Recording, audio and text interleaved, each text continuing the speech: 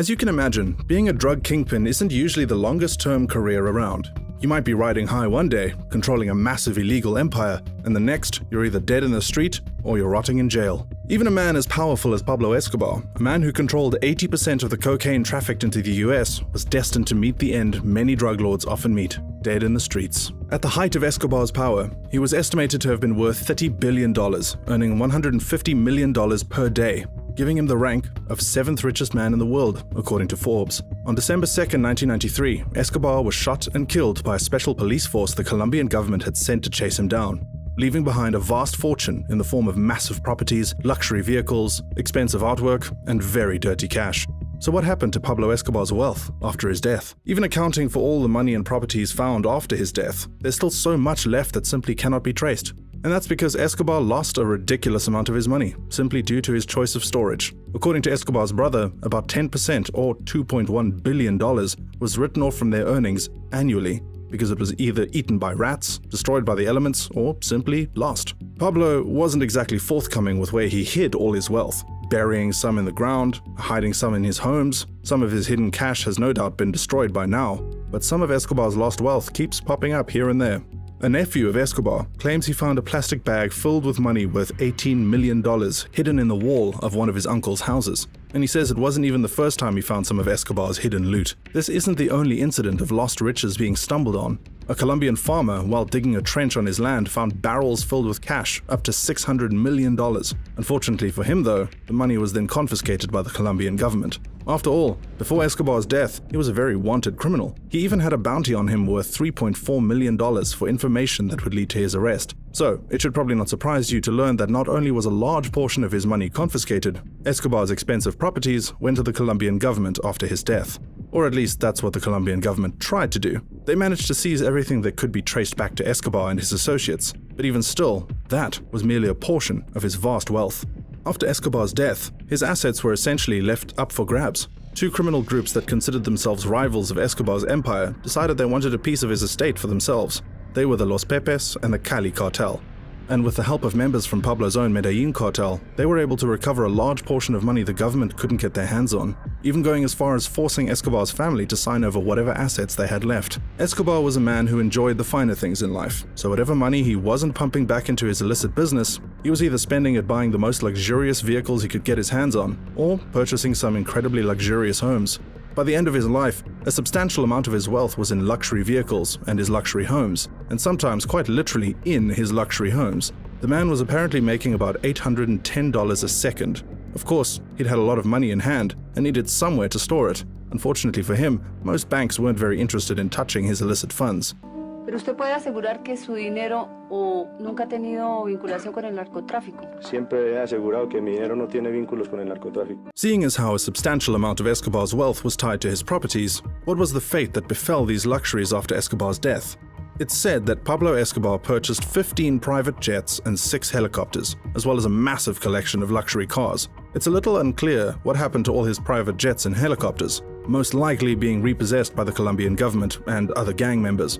Escobar also owned a fleet of luxury cars, some of which met rather tragic ends. One of these vehicles was his 1972 Mercedes 600 Pullman. This vehicle was the preferred limo of choice for several heads of state back in the day, and since Escobar had fancied himself the unofficial president of Colombia, even aspiring for the actual presidency of Colombia, he was happy to add this $200,000 limo to his collection. Escobar, however, managed to outlive the limo. It was destroyed by the Cali cartel during a bombing of his Medellin home in 1988.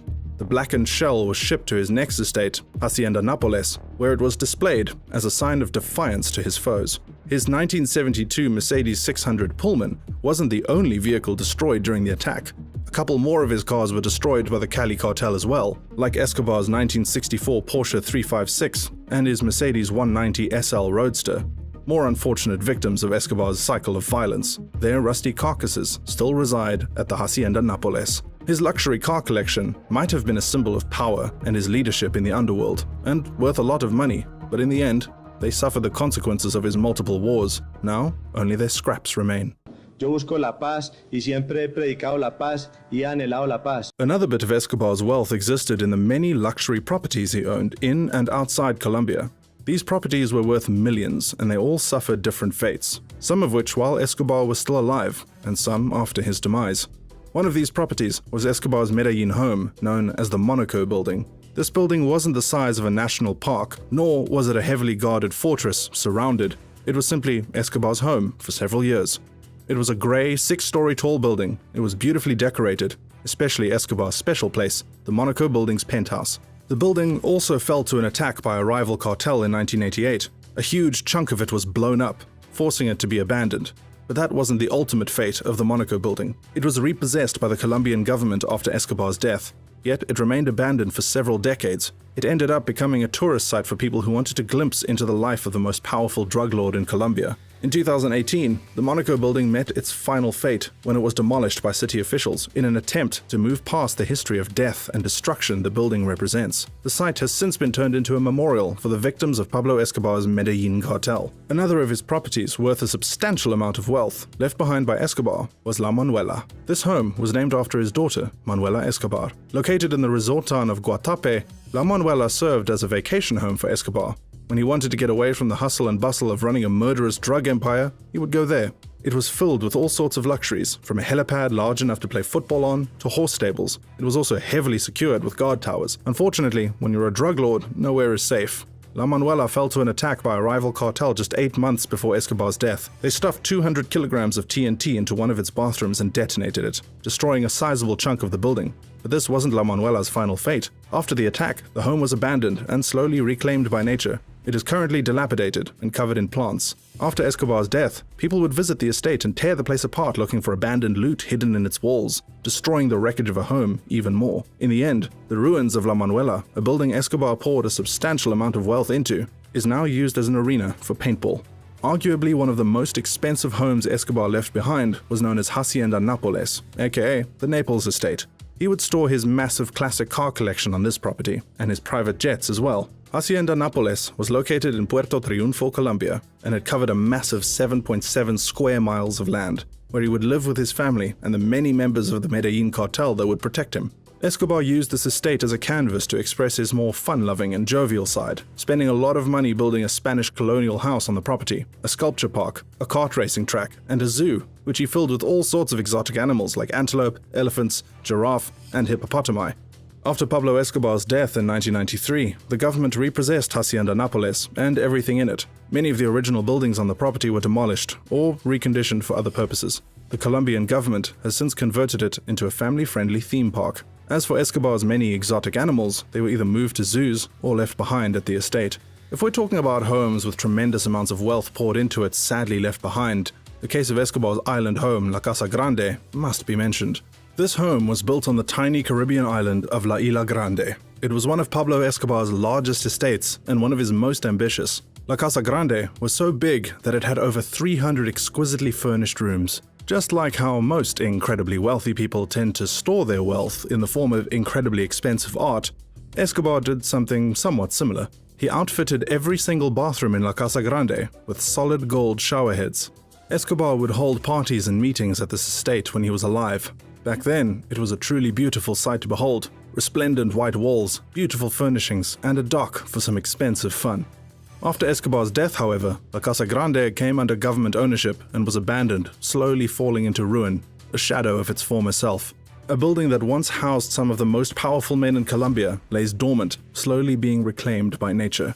The last luxury property Escobar would spend his vast wealth on was, strangely enough, his own prison. In order to avoid extradition to the United States, or a life rotting away in a Colombian prison, Pablo Escobar used his vast wealth and connections to convince local authorities to allow him to build his own prison. Thus, La Catedral was born, and this was no ordinary prison. La Catedral didn't just function as a faux prison for Escobar. He outfitted the place with serious fortifications to keep the many enemies he had made out. La Catedral was nicknamed Hotel Escobar due to the sheer amount of luxury Escobar put into the place. It was impeccably furnished and filled with all sorts of modern conveniences, like a casino, a spa, and a football field. Escobar quickly turned La Catedral into his new base of operations. He filled the prison with state-of-the-art communications devices, which allowed him to run his drug empire from the top of a mountain. After the government refused to turn a blind eye to Escobar's decision to torture and murder 4 of his lieutenants at La Catedral, His prison fortress was stormed, and Escobar was forced to go on the run. Escobar spent 1 year and 1 month in La Catedral, where the prison not only served as his base of operations, he would also receive multiple guests during his time there. It's not far-fetched to assume that Escobar likely stored a significant amount of his wealth at La Catedral, which is exactly why, after Escobar's death, most of the prison's original structures were torn apart by people looking for abandoned treasure. How much was found? We'll never know. What we do know is that La Catedral was left abandoned for several years. That is, until 2007, when a group of Benedictine monks arrived at the prison and transformed it, now serving as a place for religious pilgrimage and a memorial to the victims of Escobar's cartel. La ideología principal de nuestro movimiento es civismo, nacionalismo, programas sociales, ecológicos y deportivos. Not all of Escobar's wealth was left abandoned or confiscated, though. When he was alive, Escobar was seen as a sort of Robin Hood figure, sharing his vast wealth with the impoverished people of Colombia. Some of his blood-stained money was put towards some decidedly clean endeavors. Escobar would allegedly distribute money through housing projects and other civic activities. He constructed homes for many poor people and invested in schemes for building football fields and multi-sports courts, as well as sponsoring football teams. The money he left behind in the hands of charitable organizations actually genuinely helped quite a lot of people. But what do you think Escobar could have done to avoid losing so much of his wealth? If you enjoyed this video, then you should click a video on the screen. It's just as good as this one. See you there.